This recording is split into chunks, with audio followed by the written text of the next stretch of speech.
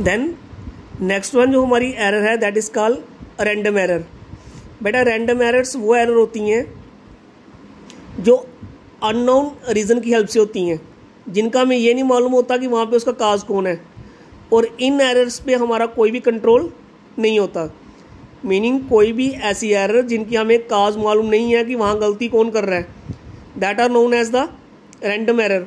Systematic errors में क्या था, सिस्टमेटिक एरर्स में हमें मालूम था कि वहाँ गलती किसने की हुई है, पर रैंडम एरर एक ऐसी एरर्स होती हैं जहाँ पे हमें ये नहीं मालूम होता कि गलती यहाँ पे कौन कर रहा है। क्लियर? और इसलिए इन्हें हम ऐसा चांस एरर भी कहते हैं।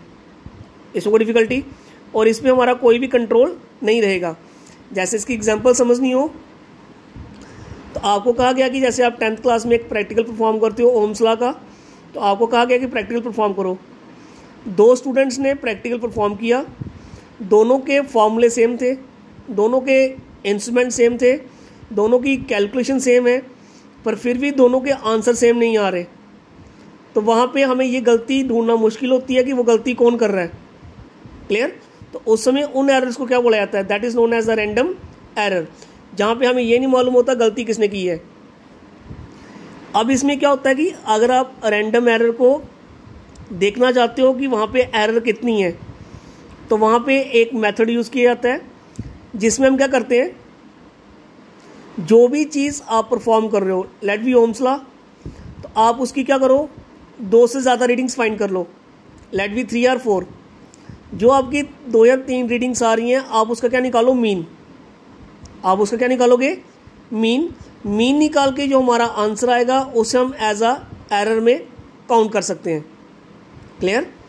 रैंडम एरर में ये समझाया गया कि रैंडम एरर कभी भी आप किस चीज़ की फाइंड करना चाहते हो, तो जो भी चीज़ आप मेज़र कर रहे हो, परफॉर्म कर रहे हो, उसकी आप मोर देन 2 रीडिंग्स फाइंड कर लें और उसका आप वहाँ से मीन निकाल लें।